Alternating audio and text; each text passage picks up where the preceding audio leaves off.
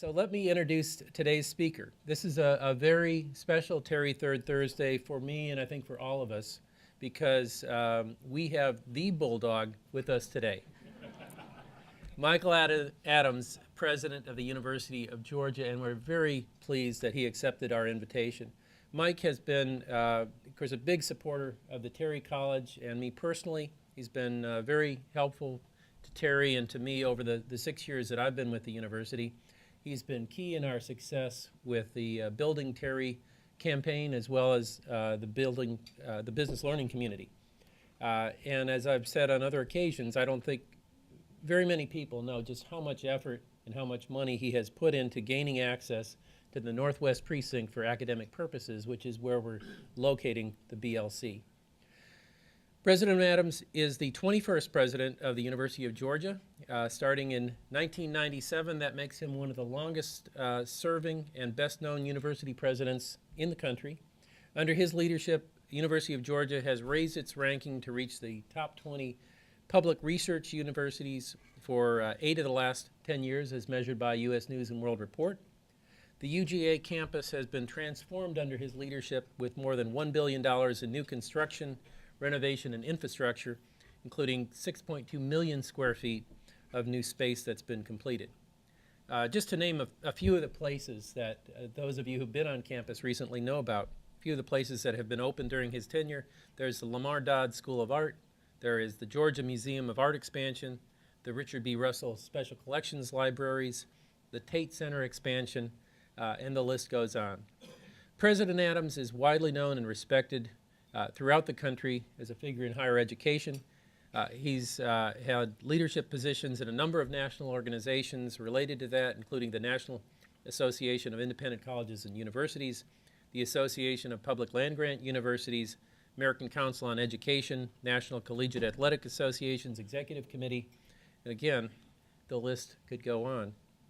Prior to joining the University of Georgia, President Adams held senior positions in state and national government, including a stint as Chief of Staff to our former Senator Baker, advisor to former Tennessee Governor, the former Tennessee Governor and current Senator Lamar Alexander.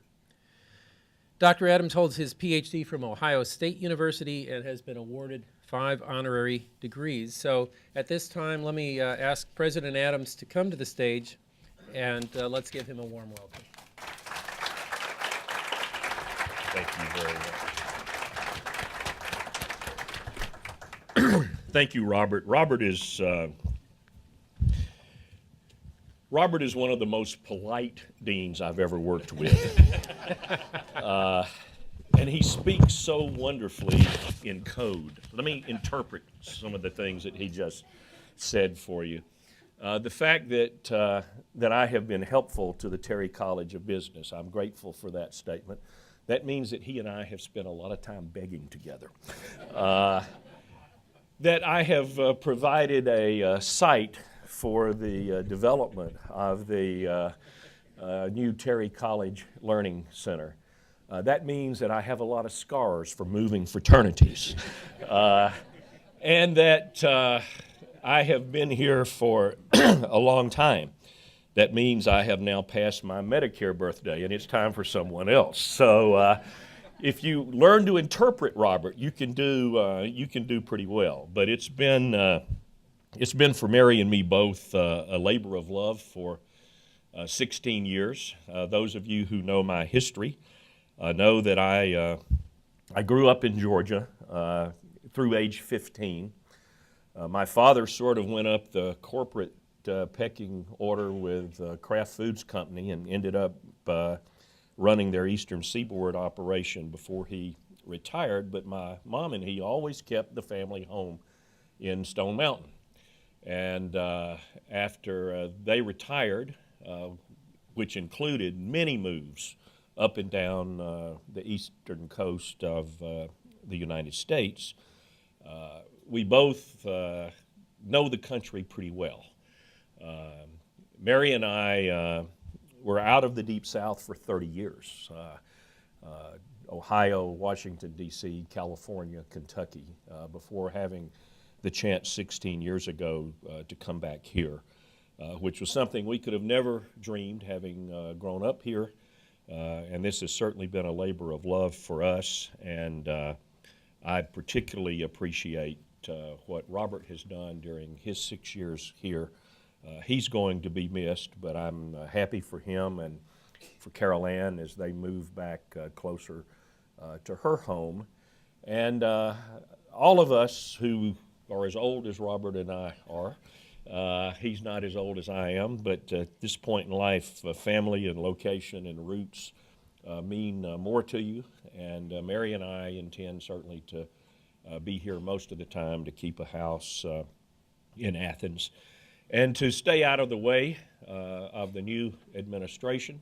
But after being away for a year, the Regents have made me a Regents professor, which I deeply appreciate, and that gives me the opportunity to come back and teach a little political science and a little graduate level higher ed administration. I want to train some administrators. I still think this is noble work. And perhaps if any of you fail in business, you can come be a college administrator down the road. I don't want to just talk about money this morning, but I want to put some of the challenges that we're facing in context, and Robert has asked me to leave enough time for a few questions, and I know that many of you need to go to work, and so I'm going to try and be cognizant of your schedules as well. Despite the fact that I don't want to say it, money, or particularly the last 3 years, the lack of it, has forced a number of decisions in business and in higher education on all of us that we would have probably preferred to make in a little different way.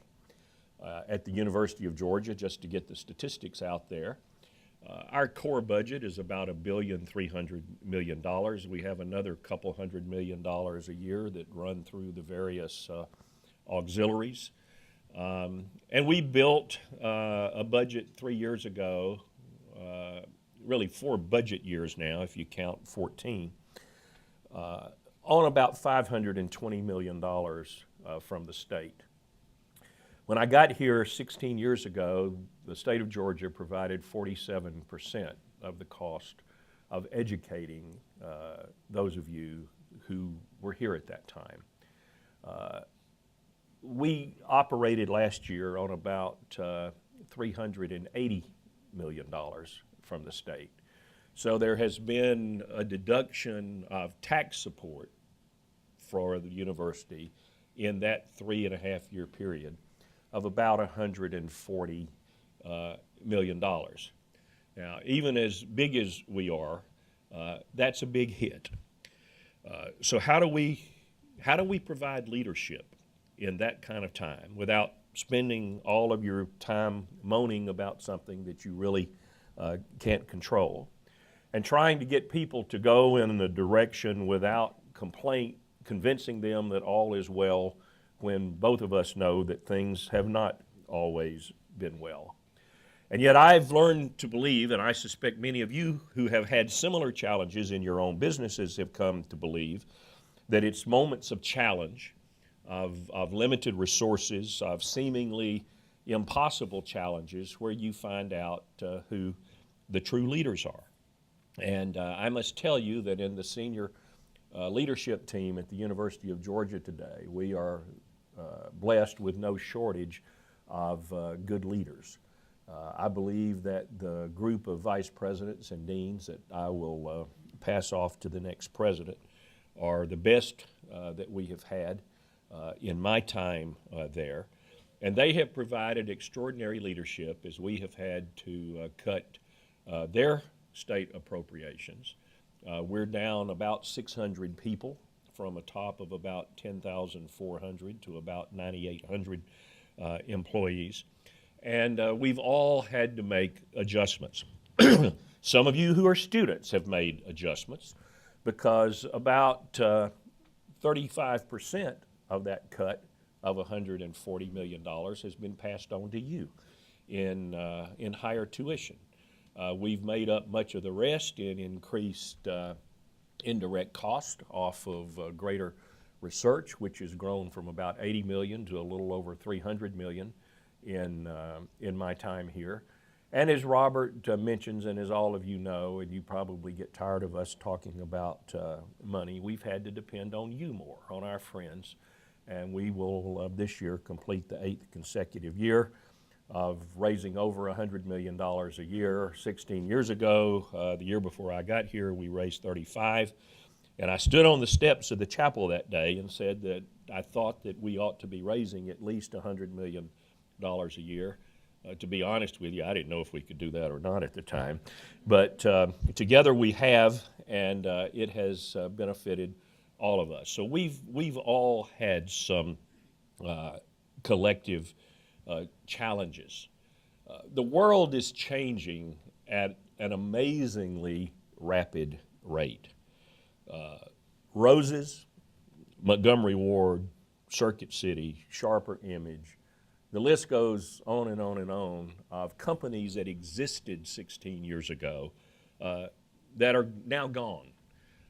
You think about Athens itself, the old Barnett's bookstore downtown, the Allen's, where some of you have spent some pretty good times. The list goes on and on. And Heraclitus was right. The only constant is change. And while I'm not the expert in business that many of you in this room are this morning, I would simply say to you, in this climate in the 21st century, if you cannot adapt your mission to the changing environment, then your customers are going to go elsewhere. And we've faced some of that same thing in higher education, and we've had to adjust at the University of Georgia. And one of the philosophical questions that I think you are going to have, particularly those of you who are younger, are going to have to answer over the next several years is, what ought a public institution be in the 21st century? What does it mean to be a public university? And how much of a public university ought to serve a public rather than just a private good? Now, I want to say to you in all candor, without any aspersions cast toward anyone, that we have a lot of people in political leadership in this country today who have come to view higher ed mostly as just a private good. You pay, you benefit. And I believe many of them are increasingly short-sighted about the public benefit that comes from successful public higher education. UGA graduates in this state fill more leadership positions. They pay more taxes. They are involved in more civic endeavors. They make immense contributions to society as a whole, far beyond what their numbers would represent. In 1785, when Abraham Baldwin penned the charter of the University of Georgia, he pointed out that young people were the rising hope of the land, and that at higher ed, in his view, and this is at the creation of the University of Georgia now in Savannah in 1785, was a key linchpin in the civic development of the state. And so one of the things that I think you're going to have to do, perhaps better than we've been able to do, particularly in this environment, is convince a lot of people in important political positions in our state and in our nation that higher ed is a public good worthy of public investment rather than just a private good. If we completely privatize public higher education, which in all candor is what's happened at the University of Virginia and the University of Michigan, and very close to happening at Berkeley, you basically change the nature of what we have been. Some of that may be essential as we go forward. But as a land grant in this state, we have prided ourselves for over 200 years on providing access to people from all over the state, keeping tuition at a level that the average middle class family of, say, two school teachers could send a very bright young man or young woman to a place like the University of Georgia. And I would simply say to you that if the current trends continue of substantially reduced state support, then the administration at the university that comes after me will be forced to go to a high tuition, high aid model, which frankly is typical of an Emory, or where I've been, a Center or a Pepperdine or a Vanderbilt or a Tulane. And when the great public flagships begin to look exactly like the privates, model-wise, then we have really, I believe, lost something as a contribution to society that many of us are proud of. I have no quarrels with private higher education. They make us better, we make them more efficient. There are lots of mutual benefits. In fact, today, which would have been unthinkable 15 years ago, the research output at Georgia Tech, Georgia, and Emory now mirrors that at Duke, North Carolina State, and Chapel Hill. That would have been unthinkable 15 years ago. The state of Georgia, just as the state of North Carolina, have benefited from that. But going forward, we're going to have to ask, I believe, some very hard questions about what it is that we want a University of Georgia to be. I would simply say to you that the successes of the last 16 years are not Mike Adams' successes. They are team successes. And if I've done anything well in my time here, I believe it is in assembling a very strong team of senior leaders that can carry these things forward. Robert has heard me say this 100 times. I have two operating principles in hiring. Fill every position with someone stronger than the person who is leaving, or don't hire them. And secondly, hire the person, don't just fill a position. Many times I've been part of the final round of interviews for a vacant position and had a candidate who did not exactly fit what we were looking for. And we would then try and find a place to attract that very talented person to UGA. I'll just say parenthetically, one of those is Kathy Farr, who will be the next president's chief of staff. Kathy interviewed with me. She was then the PR director at the law school for a PR position in the central administration. I didn't think she really fit what we were looking for, so I hired her as a personal staff member. She was so bright and so articulate. She went on and completed a doctorate. She has run, she's pretty well managed the conversion of the Navy School to the health sciences campus. And the new president has chosen, Jerry's chosen, to make her chief of staff. We have tried to hire the very best people possible. That's what teams do, and it's how you put teams together. For those of you who love athletics, as I do, it's what we do at Georgia. We put great teams in place. That's how we beat Tech 42-10 in football, and 17-0 in baseball. I could give you some other examples, but all of you, you certainly get the point. Going forward, we're going to be a risk manager's nightmare. We manage thousands of acres of forest land, ag research facilities, youth camps through 4-H. We have about 5,000 visitors that we know nothing about who come to an open campus every day and who join our 10,000 employees and 35,000 students for a daily entrance and exit of about 50,000 people. 7 days a year, we invite about 120,000 of our closest friends into our neighborhood. And the list of risk that we run goes on and on. I've sometimes said that one of my few redeeming virtues is I can lay down on that floor at the drop of a hat and go to sleep, which I have done most every night for 16 years. But with that many people, there is always somebody doing something that you wish they weren't doing. And yet you learn to deal with it. Secondly, when funding models and the world changes, I believe it's our job largely to adapt and not spend too much time complaining.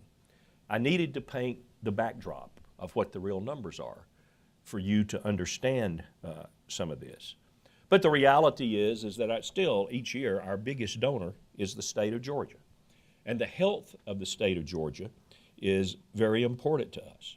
And while the philosophical questions are important going forward, the day-to-day reality is that we are now more responsible for ourselves than we have ever been. Last year was the first budget year in the history of the University of Georgia where students paid more in tuition and fees than the state contributed to their education. The philosophy 16 years ago was a 3-to-1 philosophy. The state would put in 3/4, the student would put in 1/4. And then we went over time to a 50-50 philosophy, and now we've reached what Gladwell would call a tipping point. And how far down that tipping point range we go really, I think, remains to be seen. So one of the ways that we have adapted is by trying to work harder to more fully engage all of you, all 280,000 of you now. And I'm proud to say that I have my name on the diplomas of almost half of the living alumni. I, along with the coaches, have been all over the country the last several weeks doing UGA days. I did one here in Buckhead last night with about 300 supporters. We were in Chattanooga one night last week, and beyond that, I can't remember where all we have been.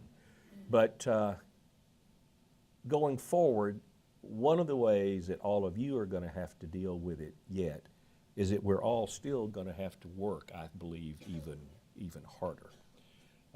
I'm doing this entire round of media interviews on the way out the door. Why have you done what you've done? And some things I don't have good answers for. But one reporter asked me recently, said, why do you think you've had the successes that you've had? Nobody had really asked it quite that way. And I thought about it for a minute. And I said to her, you know, I was never the valedictorian at any of my schools. I was close a time or two and had a pretty good academic record, but I was never the smartest kid around. But I think I've always worked as hard as anybody. I learned that from my father and my grandfather, both of whom were pretty successful business people. And I must say to those of you who are younger today, one of the mistakes that I believe those of us who are older have made is we have spent more time telling you how bright and wonderful and successful you're going to be, which I frankly still believe, than we have been telling you how much hard work you're going to have to put in for that to be successful. I spoke at the Athens Tech graduation a couple weeks ago, and I'm not going to give you the whole speech, but I basically talked to that group, which is very different from this group. 65% of the kids at Athens Tech are on Pell Grants, and that means they come from families with family incomes of about $40,000, $45,000 or less.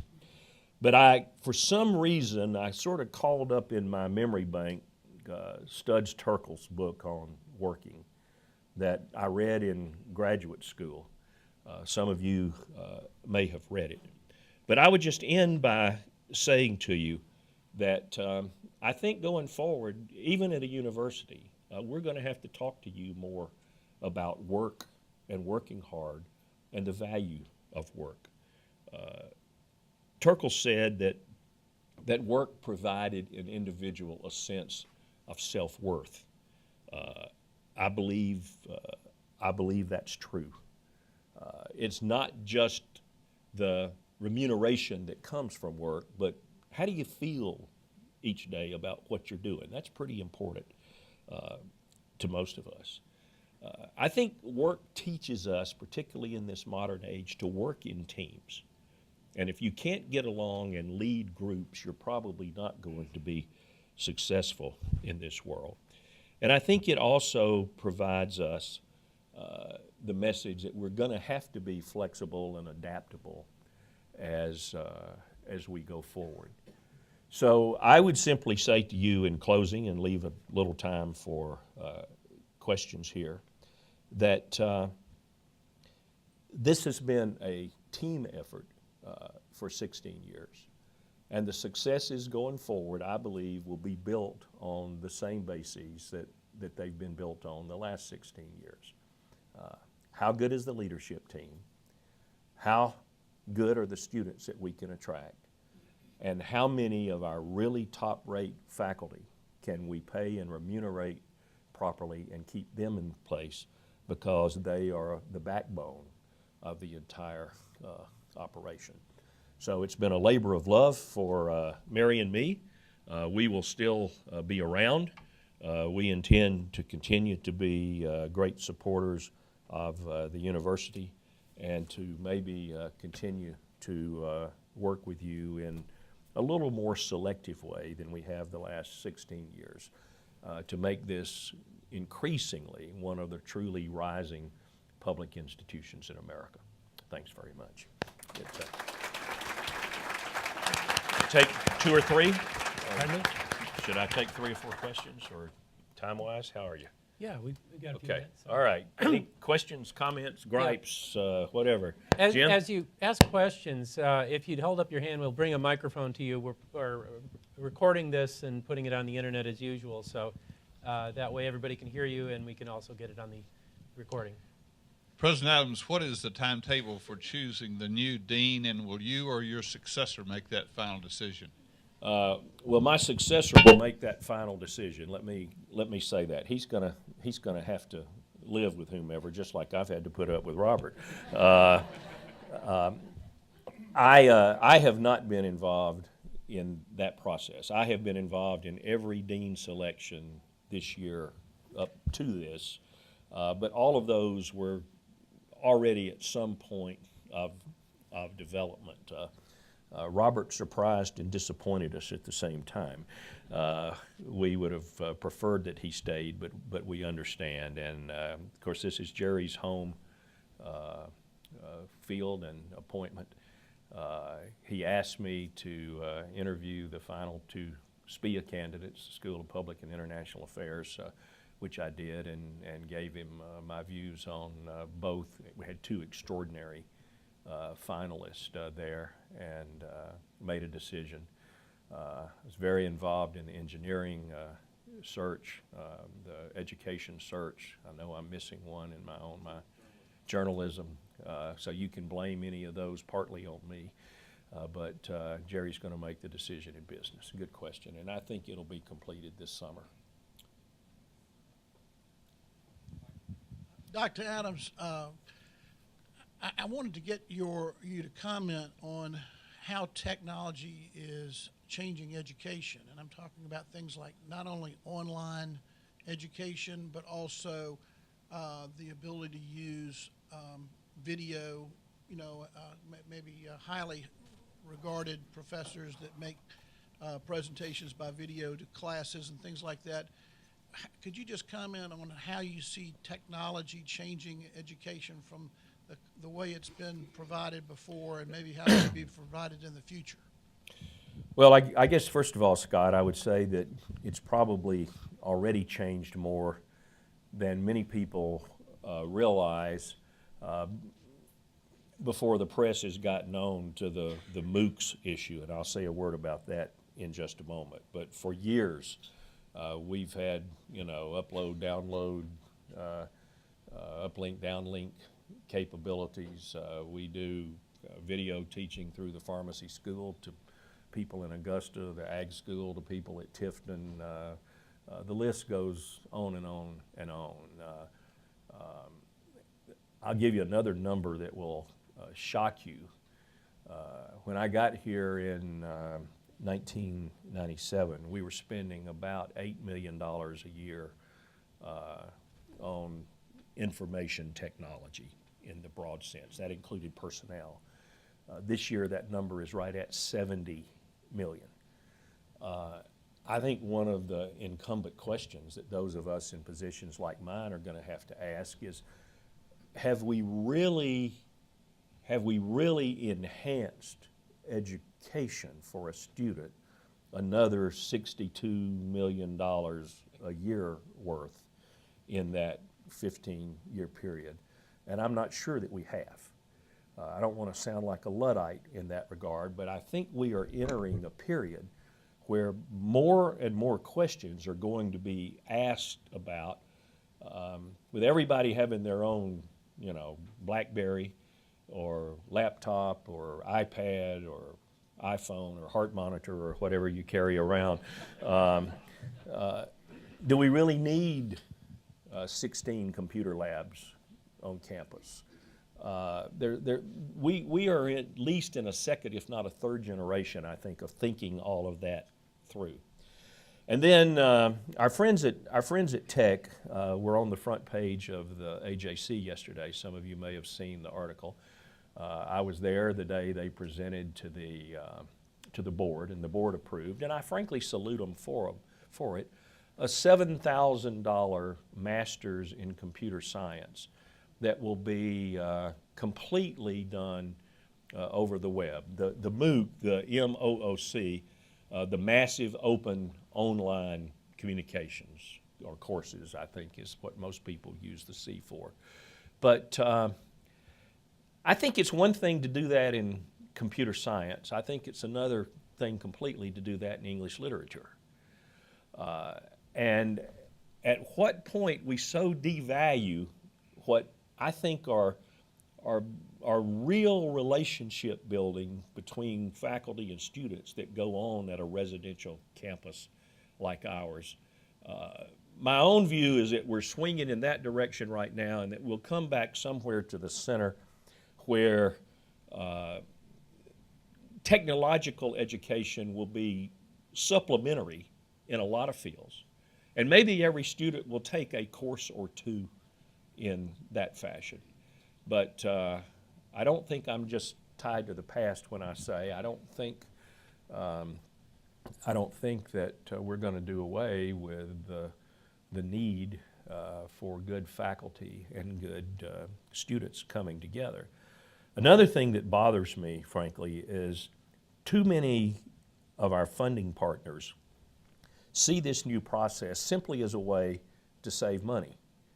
And the reality is it doesn't save money. Nobody wants to hear that, and there have been some that I've said that to who've gotten almost irate with me. But if you've ever taught a course, and I've taught them of all sizes in my career. I've taught small seminars, and I used to lecture at Ohio State to 350 kids in a course entitled The History of Mass Communications in America. I've done it. I can tell you the use of the faculty member to teach 100 kids in a lecture auditorium is much more efficient than dealing with 100 individuals online where you have to respond to every question and every issue that comes in. So a lot of the stuff that's out there right now is pie in the sky kind of things.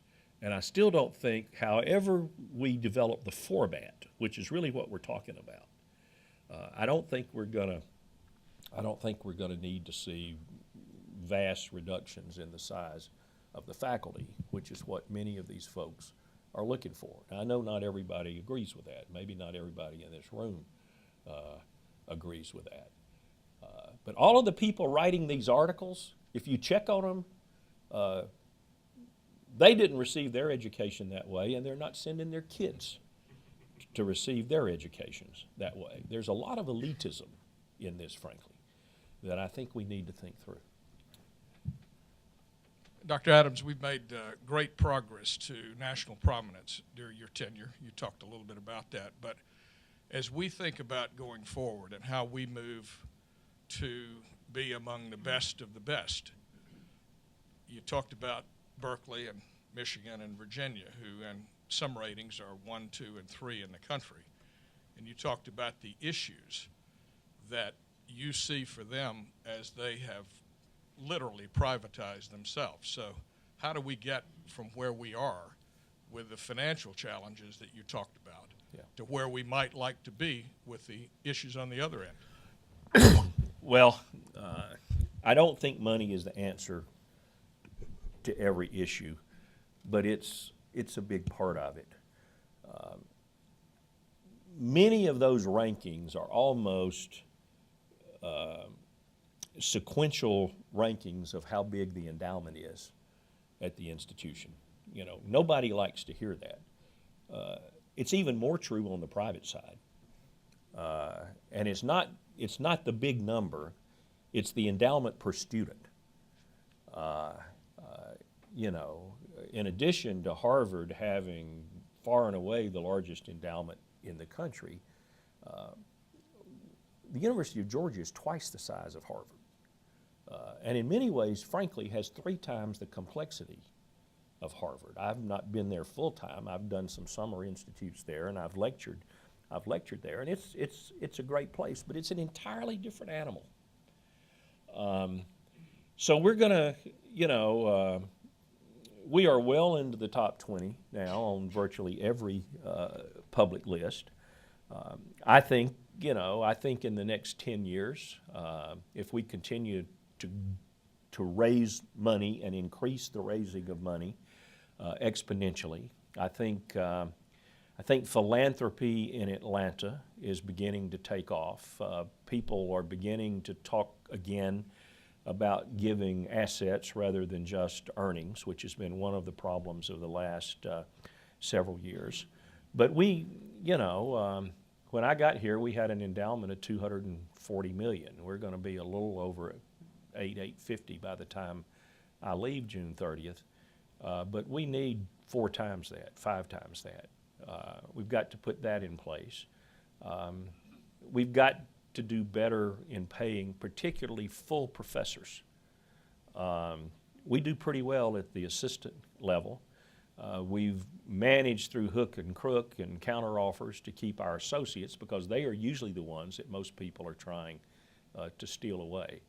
But the people who've given us most of their lives, we've not treated them fairly the last 4 or 5 years with no raise in 4 years. And so there's some partnership kind of issues that I think we've got to deal with there going forward.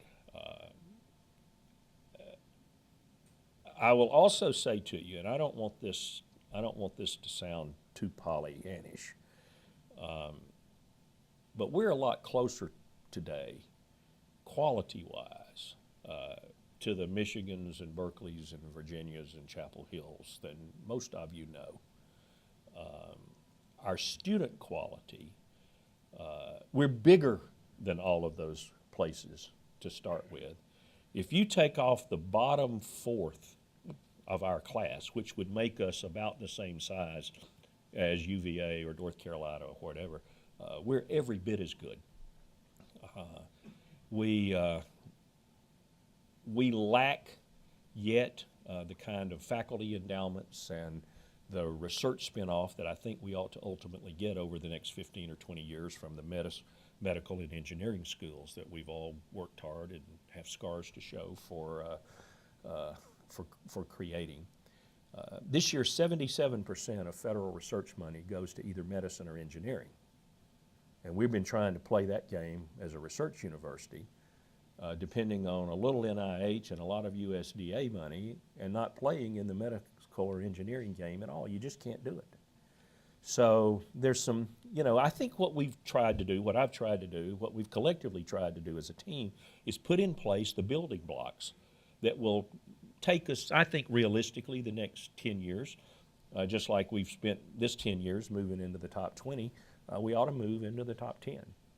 And I think the movement of the country is still in this direction. We will ultimately recover from this recession, and we will ultimately have a better support base than we have right now. It's a really good question. Yes, sir. President Adams, thank you very much, first off, for your 16 years of service to the university. And although I'm sad to see you go, I'm glad you waited until I graduated before you left. Me too. You highlighted the challenge of demonstrating or illustrating the value of higher ed to the public, to the point where it's valuable to kind of continue as a public investment. And so my question is, what sort of things can the recent grads and the current students and the folks who aren't necessarily in the best financial position to contribute do? What sort of arguments have you seen as being compelling, and in what form, to the folks who are making these kinds of decisions? Yeah, well, there are a lot of things you can do, and that too is a good question. One of the things you can do is continue to encourage good students to come to us and to not trade off to Duke or Virginia or, heaven forbid, Tech. We're at an entirely different competitive level on students. You're closer to them, to their age, to their lifestyle, to their understanding than we are. You can help us a lot in that regard. We match alums every year with admitted students as we try and turn them into yielded students. You can let people know everywhere you go that you're a proud graduate of UGA, and I'm gonna be a little on the edge here, but I'm particularly proud of those of you who are minorities who have come and done this. We've gone from about 8% minority to between 23 and 24% minority, and raised standards at the same time. A lot of experts said that couldn't be done. We are developing a leadership class of all ethnicities in this state. I think that's very important to the future, and I think there are a number of you here this morning who can contribute to that going forward. You can let your state legislators know that you think higher ed is a public good, not just a private good. I sometimes wonder if we've really put enough pressure on some of them in some ways. And another thing you can do is everybody in here can send $100 a year. You know, if we had 280,000 people sending whatever they could a year, we'd be okay. We still average around, we get 55 to 60,000 donors a year. There's a lot of room for improvement there yet, and the small gifts do mount up. One of the things I'm proudest of this year is we're going to have the largest, we're going to crack the $10 million mark in those small gifts this year for the first time ever.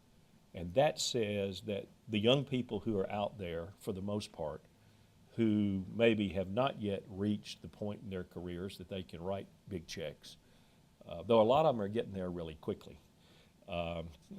If everybody does their share, then we benefit, but it also says something about the way they feel about the value they received for what they got and what they gave, and that to me is a pretty reassuring thing. So, good question.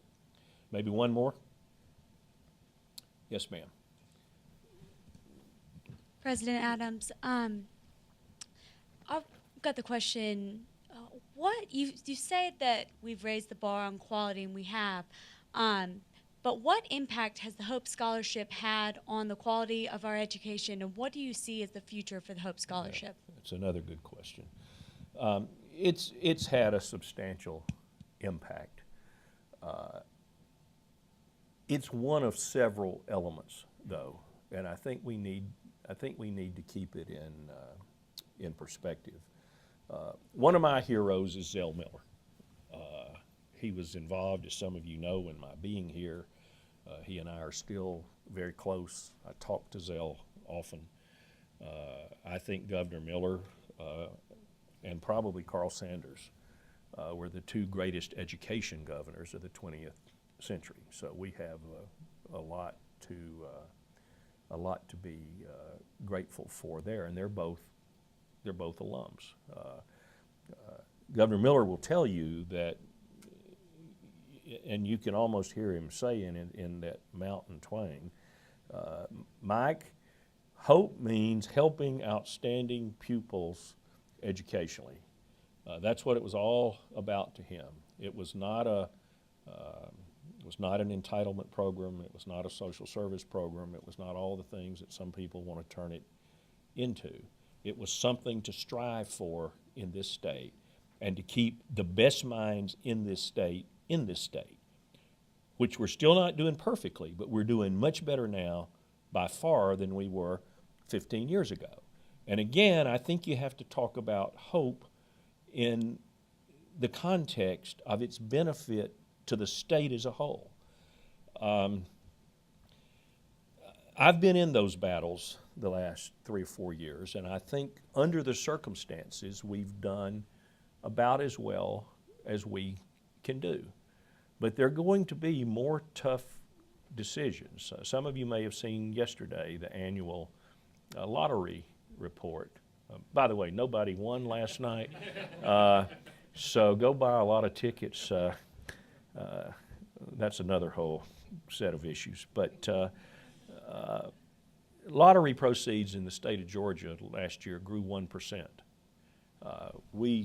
I don't know that we've leveled off forever, but all of the increase that had been forecast, we've pretty well reached an equilibrium. And there, I think, are going to be questions going forward of, in the glory days, we added in all the pre-K stuff. We added in basically free tuition for anybody who wanted to go to a technical college. And then when that went away, there was a concomitant fall off in enrollment at technical colleges. And now the governor has come back this year with help from the legislature and has said, again, anybody who wants to go to a technical college gets full tuition, and we're going to reduce the benefit for those who want to go to four-year colleges. Now, there are trade-offs there.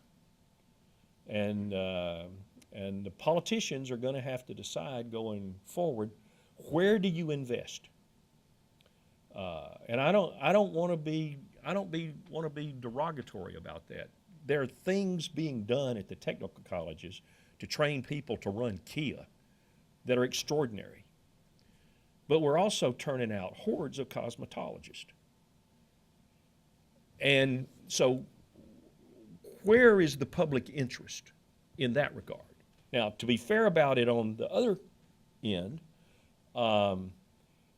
we desperately need domestic engineers in this state. You talk to people at the power companies, at AT&T, at construction companies, people building roads, and again, tech's one of the great engineering schools in the country, but the typical tech student wants to develop the next great software package or nanotechnology experiment and whatever, and the good, solid, working vanilla engineer, you can't hire them in Georgia.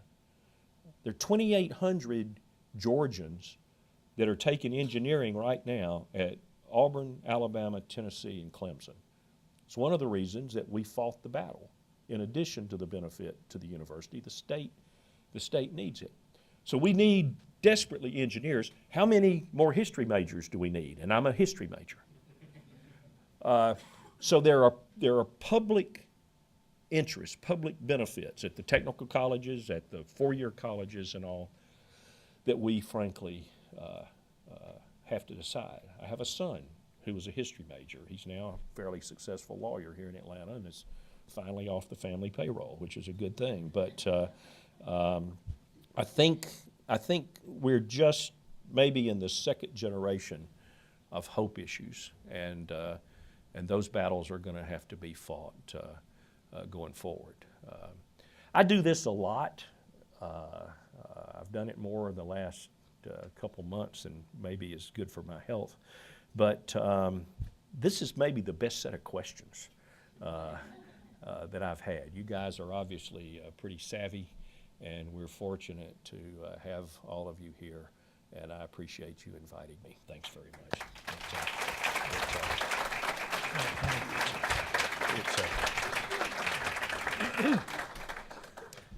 President Adams, Mike, on behalf of our alumni board, excuse me, I'd like to present you with this glass sculpture that was done by a local artist, Loretta Eby.